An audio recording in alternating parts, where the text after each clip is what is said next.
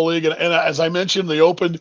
I can think of no other guy that I know personally besides maybe a former big leaguer Warwick Saupold who would know as much about baseball in Oceania, Australia, Japan, Taiwan, and Korea than my broadcast partner over in Australia. Of course, the one of the voices of the Perth Heat, also the co-founder of the logo you see there, Talking Baseball Australia, the one and only Paul Morgan. He joins us in Perth. And first off, how's the weather for the Americans in Australia? How are things over there? Is it summer or winter? What's going Well, on? no, the bit of wild weather in the West DV, so it'd be a rain out today. I actually had to pull the curtain back. I'm wearing a Yankees jumper, which is not my team of choice by far, but kind of winter hit, and I was in the shops the other day, and my daughter, of course, is nearly 7, missing baseball, and she loves the Yankees for whatever reason, but I feel I failed as a parent there. But anyway, she You saw did. this jumper, and she said, look, Dad, it's a Yankees jumper. You should buy it. And I was like, I really don't want to buy it. But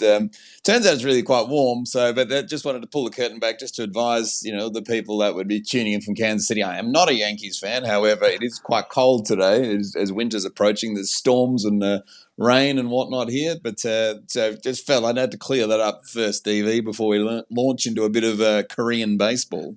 Well, just north, well, not just north, but if you look at the globe, of course, us Americans all think that it's a block from Sydney to Perth, which obviously it's a lot further than that. And it's just a hop, skip, and a jump to Tokyo. But Mm. in reality, you guys are on the same side of the world, although north of you guys is the Korean Peninsula. And boy, that South Korea plays some pretty big baseball. Of course, we've always talked about Japanese baseball, but now with COVID-19 and the CPBL going, the KBO suddenly gets center stage with the ESPN deal as well. As a baseball guy, are you like me? You're kind of glad to see something being played on TV? Well, what's interesting is because for those who don't know, the west coast of Australia is essentially like with an hour's difference here and there. It's on the same time zone as Japan and Korea and also Taiwan.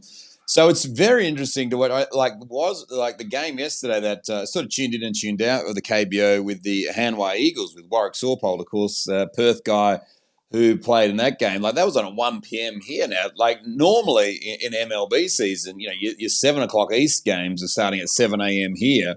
So, usually those West Coast games you get the, but if a day game is playing in North America, forget about it. It's the same deal. Like, a 1 p.m. Sunday game is 1 a.m. here. So usually I'm not up and about, but, I think it's a very interesting thing though with the KBO because the bigger difference for me, there are a lot of differences between, Asian baseball and North American baseball. But one of the huge differences is probably the crowd because in the Korean baseball, like the crowd is such a different experience to what you'd find in North America that playing in front of no crowd is such a, is a bizarre concept anyway, but you could kind of get away with it in some areas. But they're on a next level in Korea and Japan as far as crowd interaction goes. So I think that it must be a bizarre thing for the players. And I know I saw Warwick was on. He was on one of the radio stations here a couple of weeks ago or last week, and he was sort of suggesting that in the spring training game, one of the most bizarre things was having no crowd because, they are beyond animated these the crowds in Korea. So it's something that will be very different from a playing experience anyway. Yeah, as a matter of fact, I told this story on a show maybe last during the T-Bone season. And I told this to some of the T-Bone fans. I got a message from Warwick's mother in Perth. She had just come back from seeing Warwick Saupold, former Detroit Tiger, Perth native, Australian member of Team Australia. He one of our Australian stalwarts there. His mother sent me a video that she shot when they were there. She and his brother were over there for a couple of weeks. They were over there 3 or 4 Yeah. weeks. And one of the videos she shot was from her seats last season. And it was the dancing cheerleader type girls, Yeah. almost like NFL, a National Football League, but cheerleader. But they cheer the entire time, and yet fans won't be there, or they weren't there when I saw the videos this morning, but they were still cheering. still doing their thing. Yeah, it's unreal. So what sort of happened? I mean, the games that we were at when I was over there, I think 2012, 13, whenever 2012 would have been late 2012. It was for the Asia series. We're in Busan, which is home of the Lotte Giants, and they had a guy who's the head cheerleader for the Lotte Giants. He had. He had the full kit. He had the team kit on, but then he had like almost a doctor's coat on, these long knee length boots, and he had a stage set up. He had about 15 sort of cheerleaders around him, and they'd be when it was slightly so when the team was out to bat, they'd be up and about, and he'd be every pitch. Everything is just not constant go, and it's funny because a lot of the chants that they're doing are the exact same chants you do in North America, but obviously in Korean. So it's like you kind of sit there and you're very familiar with what's going on, but it was just it's one of the more cooler experiences because in the stadium they have 7-Elevens, so you go and you buy your beers or whatever, you buy your snacks at the 7-Elevens. The vendors going around, instead of pretzels and hot dogs and popcorn, they had fried squid and a few other things going on. So you got these completely different experiences, which are so similar but so different. And but yeah, them crowd, and even Busan Giants, they put they've tied garbage bags to their heads, and they sort of I think it's during the 8th inning, and then they let them all fly, and these orange garbage bags fly everywhere, and it's such a cool fan game that it's look, it's probably missing a lot of because it's not at the level of obviously of MLB.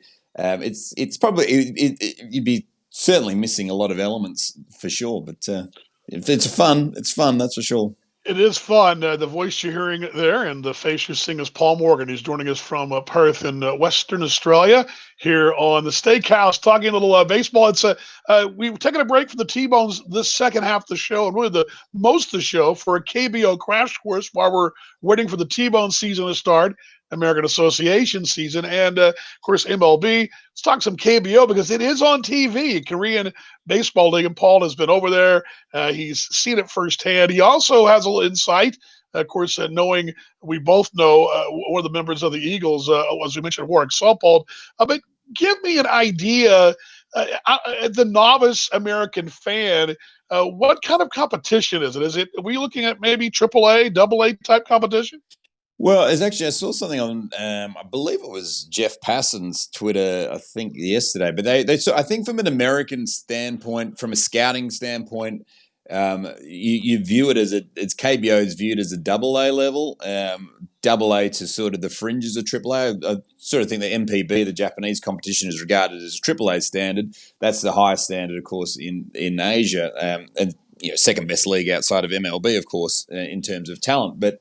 Look, it's probably that double. But again, Korean baseball, like small ball comes into Korean baseball. That the pitches are a little more. There's not the thunder velocity pitching as well. There's a bit more crafty pitching as well. So the game is slightly different. But to kind of give you a crash course in KBO, so 10 teams are in the KBO. So there are 10 teams scattered across South Korea. So the Doosan Bears, one of the teams, they're based in Seoul, so they're probably like this awful jumper I'm wearing. They're probably the Yankees of the KBO. So they actually share a stadium in Seoul with the LG Twins, which is another one. So kind of one of the big things that happens also in the Japanese leagues and the right throughout Asian baseball is a lot of corporations sort of own these teams, which is no different to kind of what happens at MLB, I guess. But it's just they're all. So Doosan Bears. What it means for the American guy, like for example, if you'd see the Yankees there, instead of being called the New York Yankees, they'd be called maybe the Jet Blue Yankees. Yeah. Exactly. And this is so they don't actually go by the town name. It's more it's the sponsor, and a lot of times, even as a North American, I'll see LG, and I'm thinking, okay, that's the name of the town. Actually the brand or TK or whatever, Lotte. So that explains it from that standpoint. But go ahead and continue. Exactly. Yeah. So the Doosan Bears, the Hanwha Eagles, which is probably the team that we support the most in the West, based on the fact that Warwick Saupold's the number one pitcher. Had a phenomenal opening day yesterday. Pitched 9 innings straight. Just gave up the 2 hits as well. No earned runs, which is awesome for Wazza. The Eagles are like a very, very mid-market team. Probably no, actually, Baseball Brit, one of our good mates on Twitter, likened the Hanwha Eagles to Kansas City Royals. So sort of Yes. same kind of market, I guess, as that. You've then got the Kia Tigers. The Kia Tigers are the most successful throughout KBO. Again, Kia, of course, the car manufacturer. The K1 Heroes. So they're the only one. They play in a dome, and I think it's a Gecko Dome, the Sky Dome, which is where Team Australia played their recent Olympic qualifiers as well. So that's they're one of the few domes. The KT Wiz, which what a team! There you go. They've got all the logos up there. DV, the KT Wiz. They're the new kids on towns. They've been there since 2013.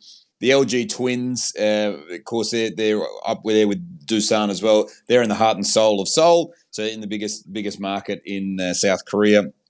The Lotte Giants are the teams that I also have a bit of a soft spot for. They were the ones that got to spend some time down in Busan. Beautiful part of the world if you're ever in South Korea. Beautiful stadium there as well in the Lotte Giants, the Busan Giants. So Lotte own a big hotel and whatnot around there, which is, I think they own some casinos and a few other things as well. So a big player in town. But they're a pretty good team. They wear the old San Francisco Giants colors as well.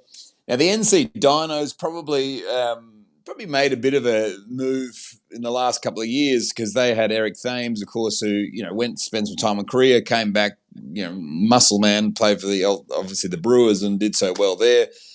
So they picked up a few picked up a few in work mode, picked up a few fans through that, and then sort of the last two teams were Samsung Lions. Now these guys were hugely dominant when I was over. They were one of the teams. So when I was out there for the Asia series, there was the Samsung Lions and also the Lotte Giants who represented Korea. Then there was the Yomiuri Giants, the Tokyo Giants who represented Japan, and the Flamingo Monkeys represented the CPBL. But the Samsung Lions, they were unbelievable. So they went on a run. So they won the championship in 02, 05, 06, 2011, 2012, 2013, 2014. So they went on the four-peat as well. And they were the hot ticket in town. And then the SK Wiveners, I believe, they're the final team. So it depends on your liking, but and I can tell you, like back in 2013 when we stayed at the Lotte Hotel in Busan so on one floor was the Australian team, which was the Perth Heat. One floor was the Flamingo Monkeys. One floor was the Samsung Lions, and the other one was the Yomiuri Giants. Now, the Yomiuri Giants, the Tokyo Giants, which is, I know we're going off KBO for a second, but they are definitely the biggest brand in baseball in Asia by a mile. And actually, in the lobby of the hotel, every time we'd leave, there would be fans everywhere, like particularly Yomiuri Giants fans and also Samsung Lions fans and Lotte fans as well, waiting to get a glimpse of these players. Now, we'd be up and down in the elevator with these Giants players and these, like, really, I had no idea really who was who, but, you'd get out of the lift, and particularly if it was a Yomiuri player, and fans would just swamp them. But it's such, and it's, I guess because it runs, this is an interesting experience, particularly for North American viewers. Like, it's such an interesting experience now to kind of look into Asian baseball, because obviously normally the seasons run at the same time. So you kind of, you're fixed on your T-Bones or your Royals or whoever you're sort of fixed on, that you don't probably get enough time to surface for area to tune in Korea and Japan and whatnot. But, baseball is huge over there. And, I think 2/3 or 1/3 of the world's population sort of sits within, that sort of section of the world when you add in China and Taiwan. But it's a I big, remember big. too. I remember, Paul, when I was actually hosting a radio show with you. We there at Sport FM in Perth. This has been 2012 during the Asia 12, yeah. series.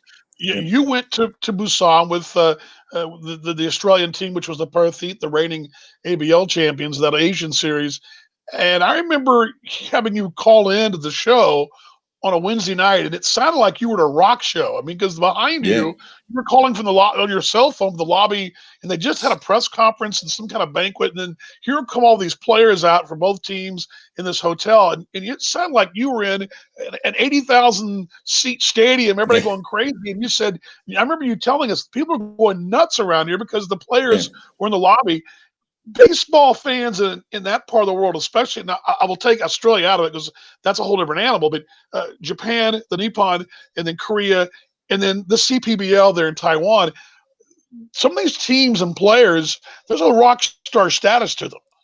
Well, 100%. And I think, like particularly when you put in the mix of the Tokyo Giants, because I mean, Tokyo at the end of the day, like Tokyo is what is probably the same size as New York City population wise, maybe slightly, give or take a few people either way. But like, you're talking about one of the biggest cities in the world, and baseball is the biggest sport in Japan. So you've got this, and this team is, as I say, the Giants are the Yankees of Asia. So you've got phenomenal interest in all these things. But yeah, we were at press conferences, and I was sort of fortunate to kind of be, in on all the press conferences. But you had hundreds and hundreds of people from, all walks of life, and all different, Fox Sports Asia and and all throughout all these that, and interestingly, what was really quite cool is everyone had to have their little earpiece in because of course, the Korean media would ask in Korean, and the Japanese would ask in Japanese, and the Taiwanese media. So you had your interpreter. So all the managers up there and all us media, we had an earpiece in. So when a question was asked in whatever language, you got tuned in for you to understand it in obviously English in my case, but. Yeah, but you'd leave the hotel. There'd be people everywhere. You'd get into the hotel. There'd be people everywhere. These guys, it's no different to I think like even changing sports for a second. Like if you talk to any Australian that goes and plays cricket in India, and I mean they cannot. If you're a good cricketer, you cannot leave your hotel in India. I mean the level Right. of being just mobbed is on. Take your most famous baseball player in America, and like add in the fact that India has 1 billion people, and then like one of their legendary cricketers, Sachin Tendulkar. I mean, that guy cannot Right. leave the streets. And Right. there's a guy here, Perth guy, who lives not far from me. Actually, I see him now and then. But Adam Gilchrist, one of the great cricketers of all Yep. time, he Yep. was Yep. that guy cannot, like, if he gets to India, he cannot go anywhere without being. And that's just the way sports in Asia are. Yeah. They It is are that way. just they're And huge. But and there's not many players. I mean, I guess from an American standpoint, and it kind of go to another subject here, but it does talk U.S. sport North America. Michael Jordan couldn't walk the streets anywhere. no, I would imagine.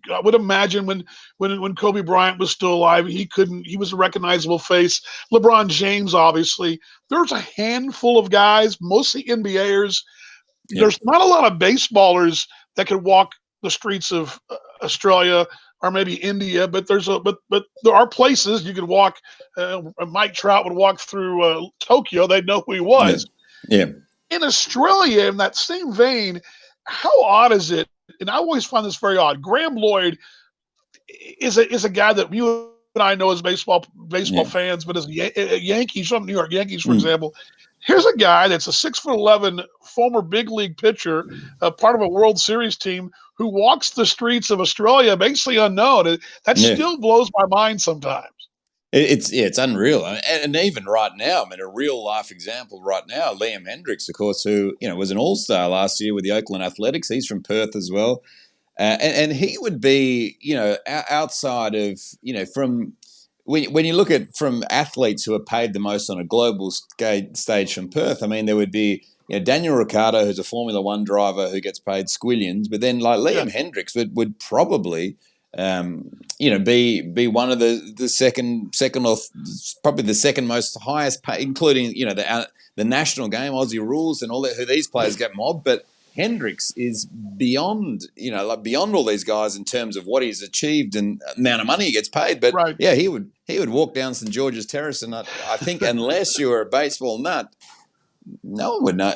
Right. He would just walk fine, and it's crazy to me. It's crazy that baseball doesn't get the attention that it deserves. But it's maybe all these small little breaks, Dan might help grow the game a bit in Australia as well. As there's Well, no sport going on here, so and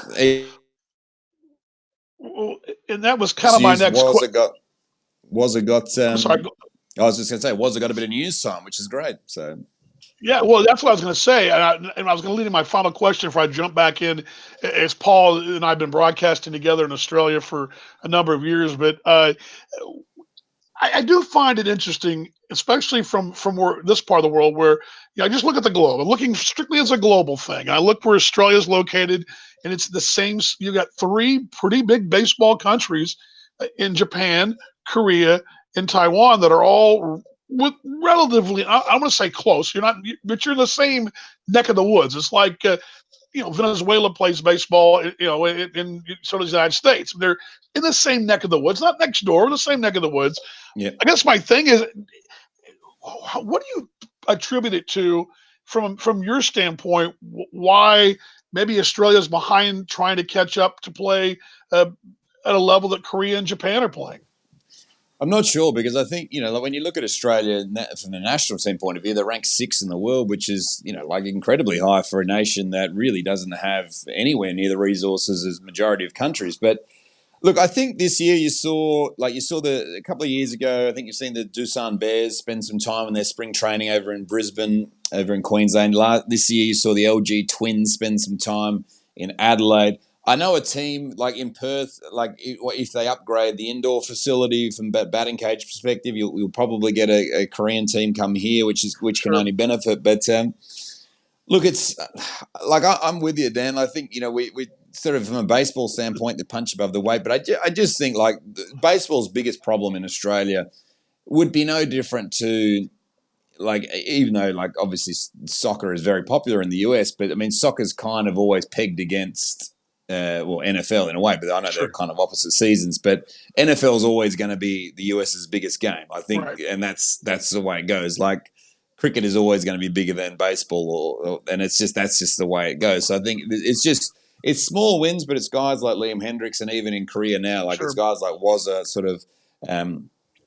Creating those stories. And look, to me, and I've said this to you all along, I think once people realize that, they can they can be pretty good at baseball, they can have a good pathway, they can go to the college system in the States, get themselves an education, if then they get picked up, and then, you need to see some guys start making it. Then, when you put it into Australian dollars, when, Major League Baseball's minimum wage is around, 700 odd $1,000 Australian per year. I mean, minimum wage. I mean, you start talking the money side of baseball. And I think that's the best angle to grow it here, in my opinion. But that's always been my opinion. But people don't like talking about money, Dan. So it's still no, a well, taboo. It's still a it's taboo the root of topic. all evil, right? It's the root Yeah, of all that's evil. it. Uh, It back is. to back to the KBO, just real quickly as I wrap things up with you. But do you enjoy watching that? Well, one reason I say this because first off, Korea sent a team, and they're planning on sending one again next year and down the road to Geelong, Victoria, which is what, an hour and a half Yep. southwest of Melbourne on the coast. Geelong is a very big AFL Australian rules football town. But the Geelong, Korea, the Korean governing body sent basically it was a futures league team. Futures is the league Yep. right below the KBO, but sent some of their top prospects to play in Australia. You and I called one of the games. You called a couple of those Yep. games. You saw them up close. Um, from that standpoint, when you watch, do you enjoy watching the Korean style of game as much as you like watching a Blue Jays Yankees matchup? Look, personally, like I prefer watching North American baseball just from a standpoint of Asian baseball can be a little slow. Like in baseball's obviously a slow game anyway, but it can Sure. kind of be a little slower. I mean, I think even a fun part about the KBO, I'm pretty sure that there's 3 breaks a game that they go off to have a smoke break because most of the players still light up the darts and have a good time. So it's so it can sort of drag on, but when you've got 3 or 4, yeah. So you see, and that's the Well, that was you. I got to pull the curtain back because that was you and I in Adelaide. I got to tell our T-Bone fans, you and I were broadcasting an Adelaide Perth series in Adelaide, South Australia, probably 2015 or 16. And I can't remember the guy's name. There was a famous Korean player who was Yeah. playing in, Tai Sung Kwan, I think. Yeah, so yeah. yeah, and he was a very well-known older Yeah. guy. He was now by this time in his late 30s, early 40s, but he was playing, a little winter ball to make a little extra money. And you and I walk up with our broadcast gear, and we go. Actually, I think we walked out and grabbed something to snack on, and walked back through the gates of the ballpark. And on the car park was this aging veteran sitting there Yeah. just having a smoke, just Yeah. blowing through a pack Yeah. like he was Ronnie Divac or something. I mean, the guy was just blowing through them there. I mean, it was like, what's Yeah. going on here? It's amazing. Like Dae Sung Koo, who was the manager for Geelong Korea before now Graham Lloyd took over, but Dae Sung Koo was a very famous Korean baseballer. Played for the Mets for a little while. Came and played for Sydney. Was on the trip with us, and he was on the trip with us to Asia. Played for the Heat, and he got mobbed everywhere he went. But yeah, I remember when next time Sydney came to Perth, I went to have a chat to him. He was doing his bullpen, getting ready for the game, just puffing away. Had the ball, like they rolled into the game. A couple of minutes later, just sort of, from the. So it's phenomenal for that. But look, it's a very different game. Like I still enjoy it. I think one of the things that both Japan baseball, you and I have touched on this a lot. Like it is a little bit more challenging just because the lack of English content. And none of us are fluent in Korean. So I think there's an opportunity there for you and I, Dan, to fill that void. But I think the pitchers don't throw as hard, hitters probably don't hit as far, and that's but there's more finesse to it, and there's some really cool parts of it. But it's look, for right now, I think we'd take any baseball, wouldn't we? We'd take our old mates with D grade baseball and their pitching rivalries. Yeah, So we'd take anything. I would take Tuesday night out at Perth Holly Davidson ballpark watching the old guys play out there on $2 beer nights. I mean, I'm all good with that. Exactly. So I've told that storyline. Hey, man, I appreciate. Well, I got to get you on down the road. I know we do our show over in Australia as well, but I got to get you back on this T-Bone centric show. Yeah, and just because I know you and I could talk. I've got some crazy stories. What do you got? So I've got it. What you got got it here. I'm ready to go. I've got my T-Bones cap, so I'm ready to. There you go. There you go. Ready to go. He's ready to go, folks. T-Bones. So, ready to go. Ready to go. I'm all ready to go. So we could tell some stories of the Australian Baseball League. We go on for hours. We can do that. Absolutely. Appreciate you, mate, for joining us. And thanks, mate. Give Appreciate it. best to the family. All right, my friend. Will do. Good to see you. Cheers. Paul Morgan right there, joining us from there in Western Australia there as we're talking Korean baseball. It's the crash course here on the show. And we're going to move right into our next segment. But again, I appreciate Paul for joining us, and also appreciate Talking Baseball Australia as well as we move into our final part of the show as we wrap this thing up, rounding third, heading for home. All righty. Stop.